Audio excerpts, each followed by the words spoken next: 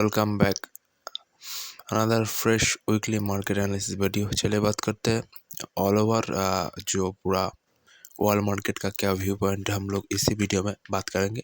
तो पहले तो ये मैं जो भी मैं एनालिसिस आपको देने की कोशिश करूँगा वो base on a base weekly time frame में होगा, ठीक है। तो पहला तो ये है गोल्ड का वीकली चार्ट, ठीक है। अगर इसको रिफ्रेश करें, देखिए गोल्ड कभी भी अपनी ये जो जोन है जो $20,077 के ऊपर है, कभी भी gold base on weekly time frame कभी भी क्लोजिंग नहीं दे पाया, ठीक है। इस बार एक ट्राई किया था तो लगभग एक शूटिंग स्टार कैंडलस्टिक पैटर्न, मतलब इधर से बहुत सेलिंग प्रेशर आके एक बेयरिश कैंडलस्टिक फॉर्मेशन कर दिया। फॉर्मेशन करके ये जो जोन है, इस जोन के आसपास एक डोजी कैंडलस्टिक पैटर्न फॉर्मेशन कर दिया। डोजी कैंडलस्टिक फॉर्मेशन का मतलब यही होता है ना, गोल्ड का प्राइस ऊपर एक रेजिस्टेंस है और नीचे ये जो जोन है लगभग 2000 के आसपास, ये जो जोन है लगभग ये सपोर्ट की तरह एक काम करने लगा। तो गोल्ड का मेरा वीकली व्यू पॉइंट, गोल्ड इस जोन में थोड़ा बहुत कंसोलिडेशन करेगा। देखना होगा इस जो कंसोलिडेशन कितने महीने और कितने हफ्ते तक ये कंसोलिडेशन चलता है।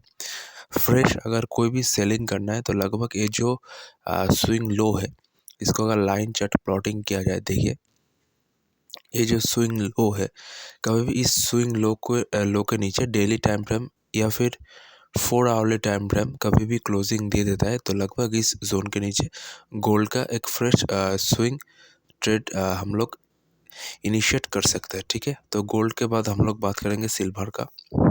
सिल्वर भी गोल्ड की तरह सेम ही है, लगभग उस जोन पे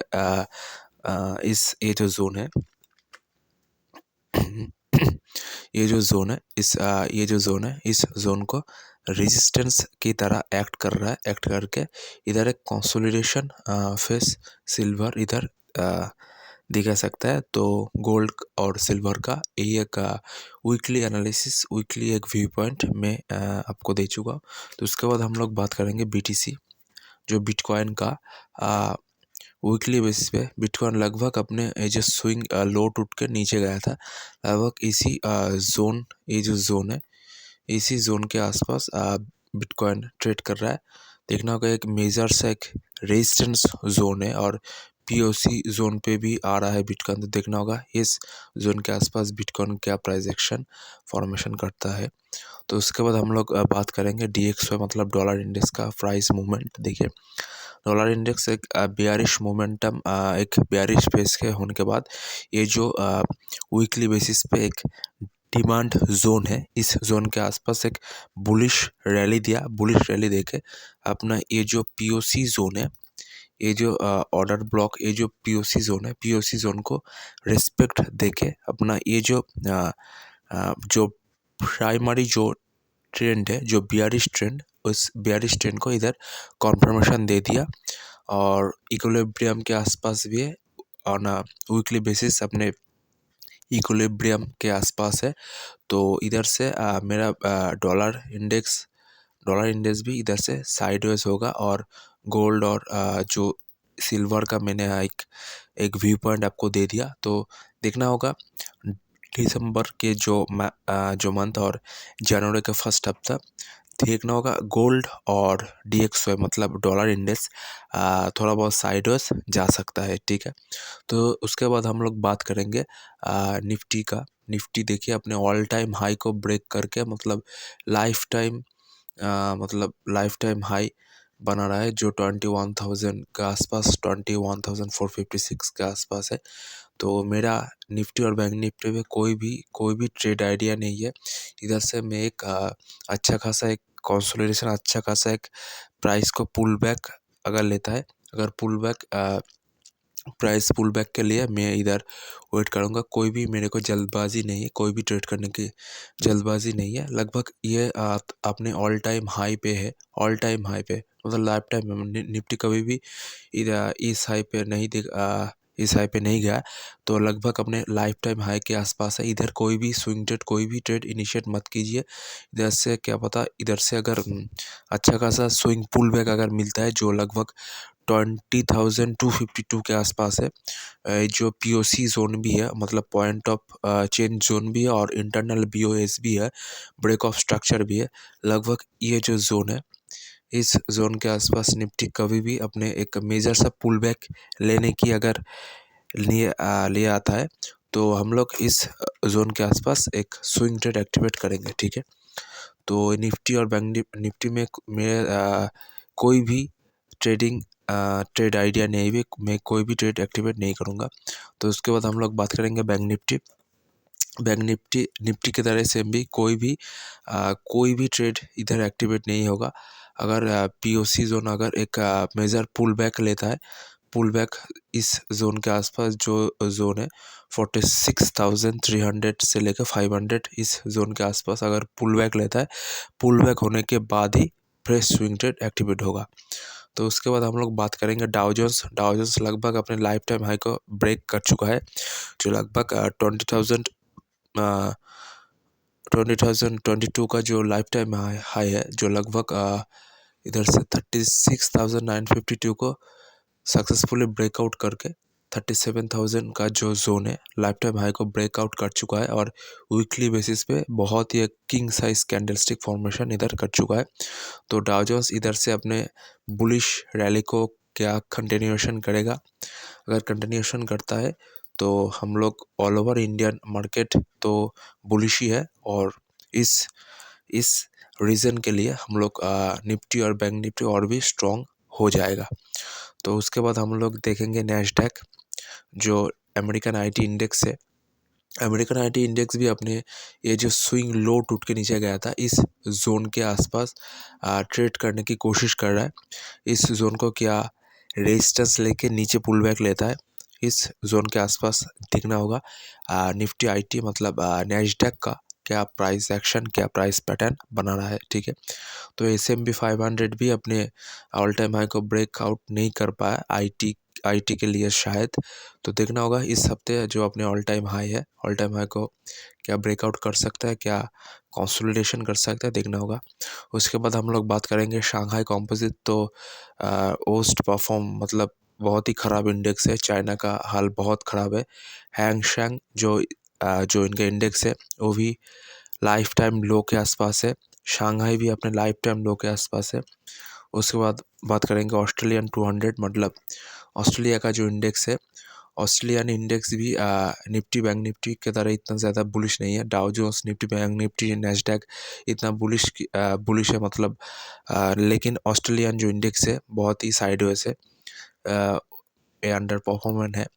और निक्की जो जापान का इंडेक्स है, जापान का इंडेक्स भी निफ्टी और बैंक निफ्टी की तरह सेम है। तो इधर देखना होगा, एक बहुत ही एक सेलिंग प्रेशर है, इधर बहुत ही एक सप्लाई जोन है, और इंटरनल प्रीमियम जोन पे भी है वीकली, और इंटरनल एक बीओएस भी है, इंटरनल एक ऑर्डर ब्लॉक जोन के आसपास है।